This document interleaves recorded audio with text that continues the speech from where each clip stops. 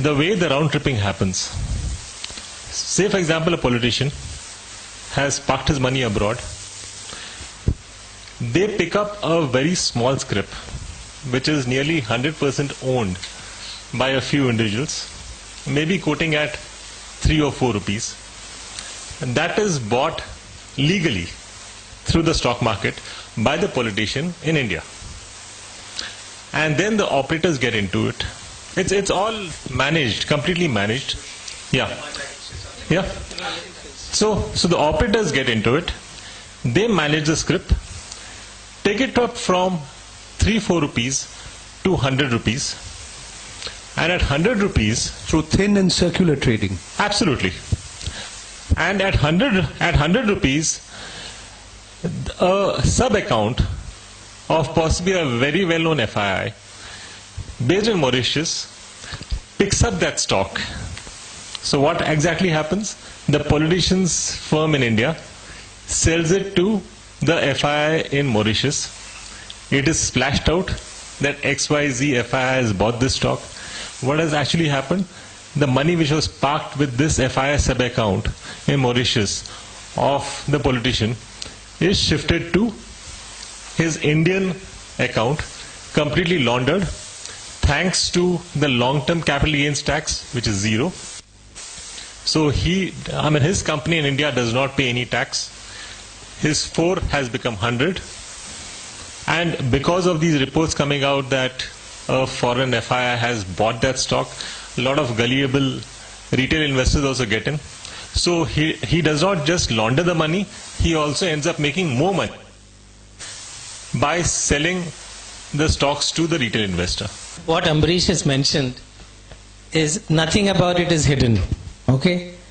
Anybody who reads Money Life will know. And I've given just one example. At random, I asked him to get 3-4 issues.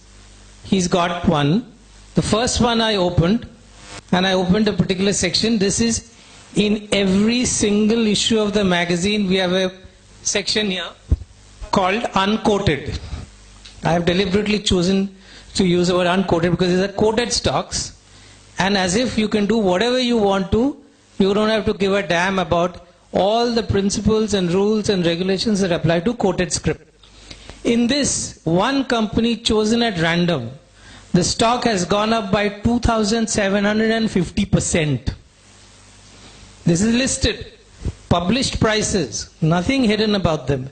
And these, we write one every issue. And we have been writing about this for the last 4 years or 5 years. M.L. Bhakta wrote a letter to me, who is in the Reliance board. He wrote a letter to SEBI saying, have you seen these things which are openly being done in the market, written by Money Life, issue after issue after issue, and we have compiled it, hundreds of them. At random, I can just close my eyes, go to a BSE stock. These are all BSE listed stocks, most of them. This is 1 rupee, 2 rupee business, not much in NSE. And I can pull out at any time. I have a choice of writing on 20 different scripts. I chose one which is 2,750%. Next issue it will be 1,940%. Openly this is happening. Ambarish mentioned the modus operandi behind it. I am saying that SEBI has put 40 crores in intermarket surveillance systems. 40 crores. We wrote an RTI application to them asking that, what have you studied? Show us the names on an aggregate basis. These are the scripts that we have tracked. This is open and shut case. They have replied to us, which also we have written, that we have no record of our surveillance cases. No record. Official letter we got from SEBI. Sir, is that clap for SEBI or Debashish Basu? Any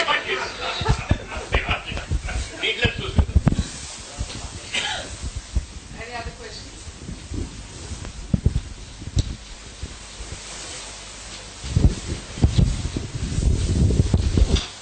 I'm Mahendra Turukia, Chartered Accountant.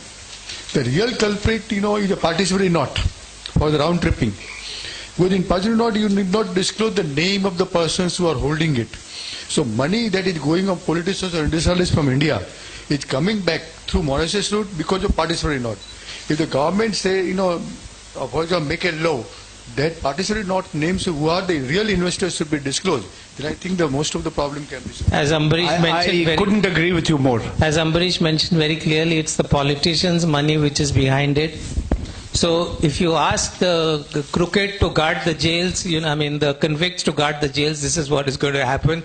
Who will make the rule? The politicians, the so-called lawmakers, the elected representatives have decided that this is how this is how we are going to work.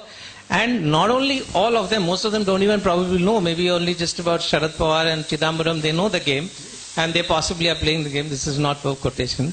But You can't say anything off the record in front of 50 people. okay. Watch out. Anyway, what we have mentioned is very clear, and somebody had in fact told us that this is exactly, it's a clearly designed to take advantage of the long-term capital gains being zero and convert black to white, foreign to local, local to foreign at will. And this route India has created for the last 20-25 years, and Mr. Chidambaram has ensured that this route remains open.